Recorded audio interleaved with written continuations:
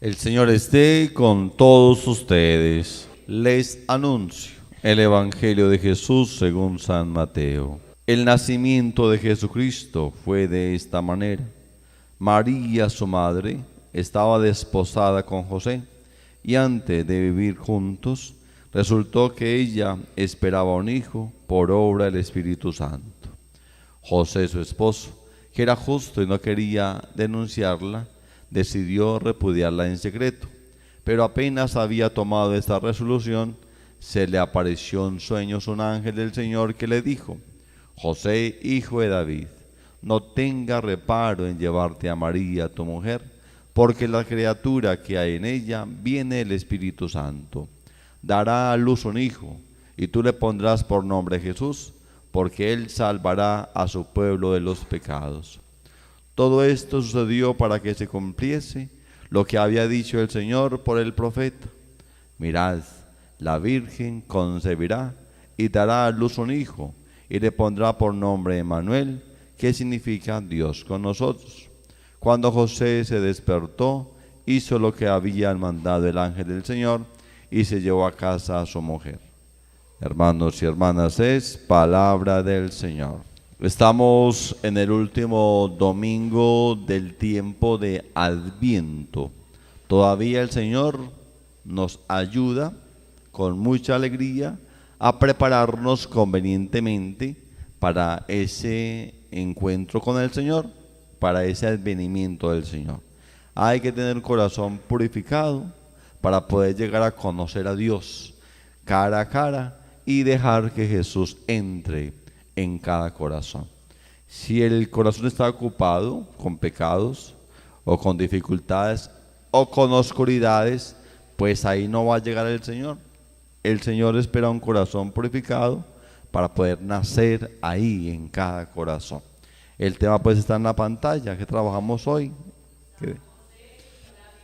San José y la Virgen María son figuras importantes del tiempo del Adviento. Recordemos que esta profecía del nacimiento de Jesús ya venía desde la antigüedad.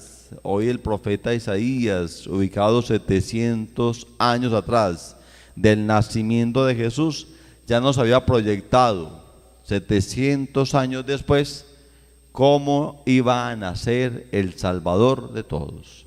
La esperanza, que la virtud que conservaban los profetas, sigue en pie, siguen firmes. Ellos no dudan en ningún momento de ese encuentro de un Dios, que es el Dios desconocido, que a través de Jesús se hace conocer para nosotros.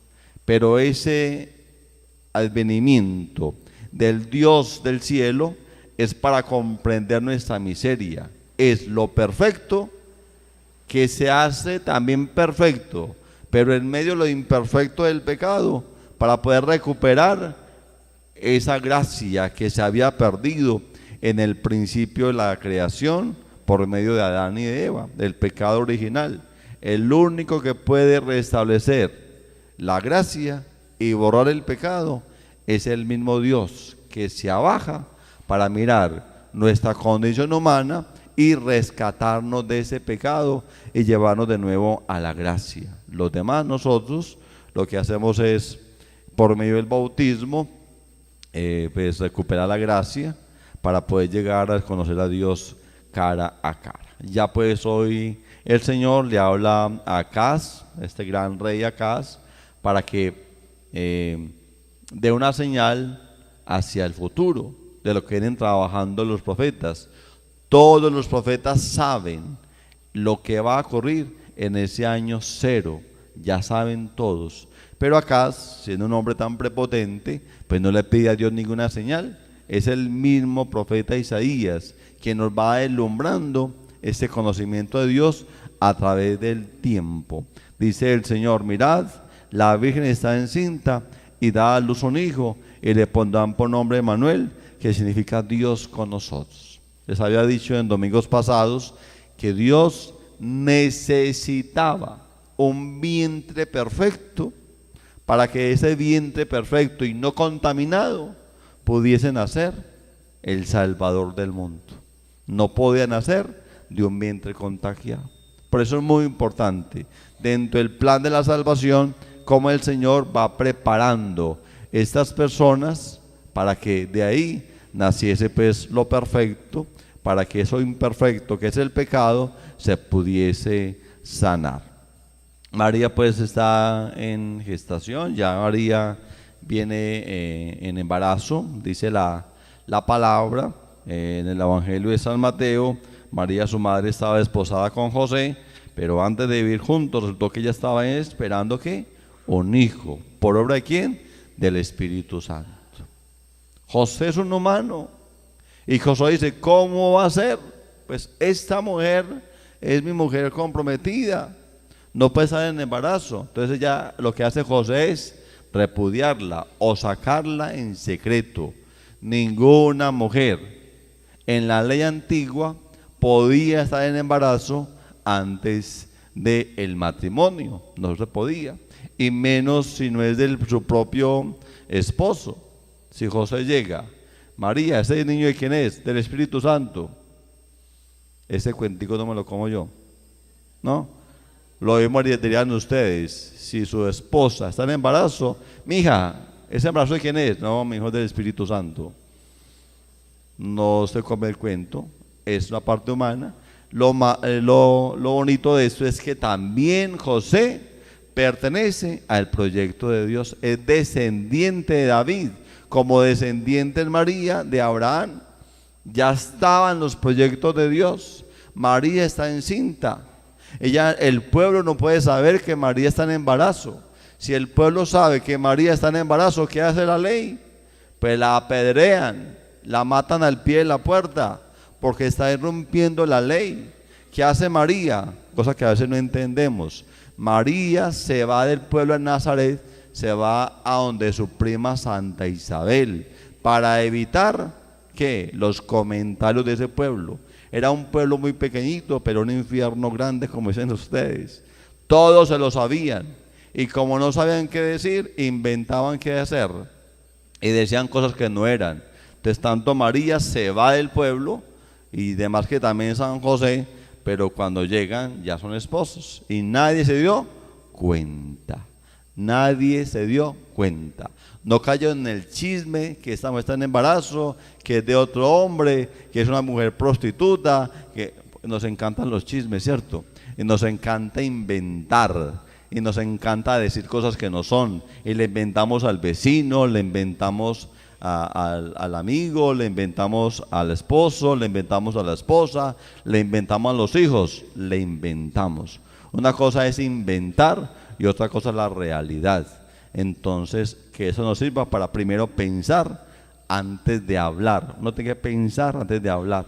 Ese problemita no ha acabado en la sociedad, también pasaba en Nazaret y pasaba en todos los pueblos aledaños a Nazaret. Por eso José la repudia en secreto y viene la presencia del ángel. José, no dudes en tomar a María por esposa, porque la criatura que está ahí en ese vientre es obra del Espíritu Santo. Es obra. Ya José, que había leído las Escrituras, y todo el pueblo estaba esperando con alegría ese acontecimiento o ese advenimiento de un Dios hecho hombre a través de Jesús, se cumple en María. Y José es una figura muy importante, que sus características le ayudan a ser un hombre prudente, silencioso, trabajador y un verdadero educador. Estas figuras de José y de María hoy hay que ponerlas en práctica en la sociedad. María, con las características y las virtudes que posee una mujer. José, con las características y virtudes que posee un hombre para poder aportarle a la sociedad y a la familia. Son 4 características que encontramos hoy en este Evangelio de San Mateo: la fe, la humildad, la obediencia y la entrega. Son 4 características y virtudes que las necesitamos nosotros en el tiempo del Adviento. La fe, ahí está en pantalla. Fe por encima de las apariencias humanas. Más que lo que la gente dice, uno nunca piensa qué está pasando. Es la obra de Dios. Es que es el Señor quien ha curado los enfermos.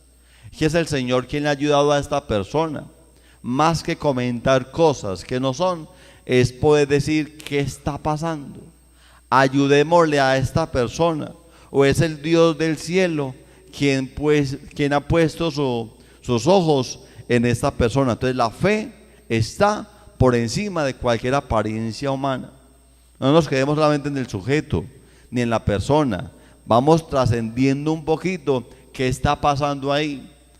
Es que se cambió, como era de malo, y hoy entendió en el mensaje del Señor que había que cambiar para encontrarme con Dios. Ese cambio es un cambio de fe. Es porque no se quedó en la persona. Está ahí porque el Dios de la vida le habló a los oídos y esa persona pudo escuchar. Y escuchando, siguió el camino del Señor. La fe por encima de las apariencias humanas. Ahí está, la humildad para aceptar sin cuestionar los designios de Dios. Uno nunca lo de Dios lo cuestiona. Dios, pero ¿por qué por acá? Señor, pero ¿por qué me mandó esto? ¿Por qué tantas pruebas?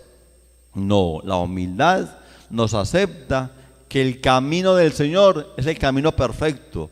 Nunca nosotros debemos de cuestionar a Dios. Que pasó una tragedia, ¿por qué Dios lo hizo? Dios no hace nada. Es nuestro libre albedrío. Se cayó un avión, Dios dice los aviones. No, la inteligencia humana. La inteligencia humana sabe que hace un avión, pero con el riesgo de que se va a caer. Pero nosotros nos arriesgamos a montarnos en el avión porque queremos llegar rápido al cielo o a cualquier destino, pero llegamos.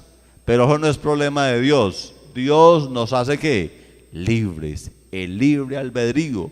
Pero antes que Dios nos hubiese hecho libres, nos dio la ley del bien y la ley del mal. Es que Dios no es ningún bobo para que después no le reclamen. Qué pena, es que usted sabe que es lo bueno y usted sabe que es lo malo. Dios, antes de darnos la libertad, nos dio ¿qué? La ley natural, la ley del bien y la ley del mal. Haga lo que quiera, pero usted sabe muy bien qué es lo bueno y qué es lo malo. Que yo soy un drogadicto, usted sabía que eso es malo. Es que yo tomo alcohol, usted sabe que eso es malo. Antes de usted ser alcohólico, Dios te dio la ley natural, ¿o no? La ley del bien y la ley del mal, para que después no determine cosas que no son. No le ponga a Dios las pruebas ni las culpabilidades. Dios te dio la libertad. Ahí está.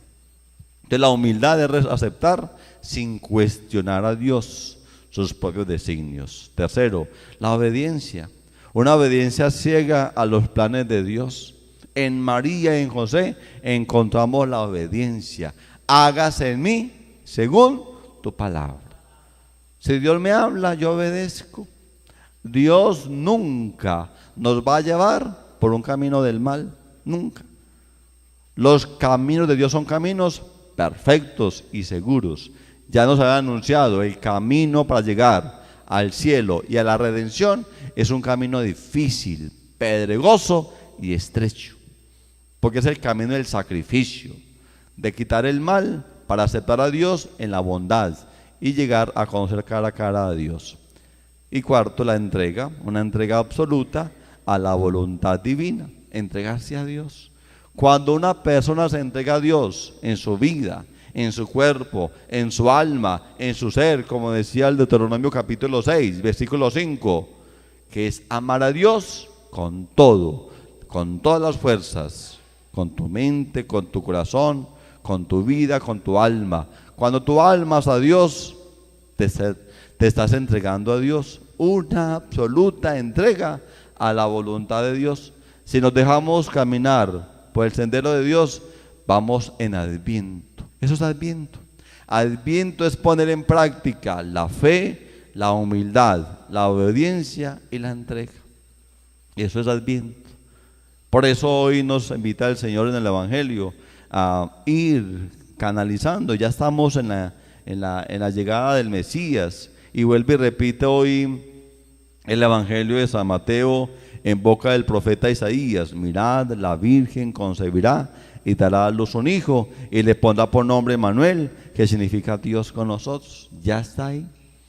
no es una idea, mira, no es un cuento, no es un libro.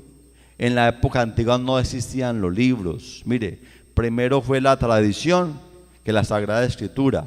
Primero se hizo y luego se escribió. No se escribe sin hacer. Todo el mundo escuchaba hablar y luego los agiógrafos, que son los expertos en escribir por obra del Espíritu Santo, escriben todo lo que escucharon y todo lo que vieron. 1000 años, 1500 años después de la creación del mundo, se empieza a redactar la palabra de Dios. De la palabra de Dios primero fue que es hablada, testimoniada, actuada, y por último la escribieron para que ese que es una historia de salvación quede en nosotros como memoria para seguir estudiando y escudriñando la palabra de Dios. Ahí está pues en pantalla la conclusión. La fe, la humildad, la obediencia, la entrega, todas estas son virtudes que nos preparan para la próxima venida del Señor. Todas son virtudes que podemos tener si nos abrimos a las gracias que Dios nos da en todo momento, pero especialmente en este tiempo de preparación para la Navidad. Gloria al Padre, y al Hijo, y al Espíritu Santo.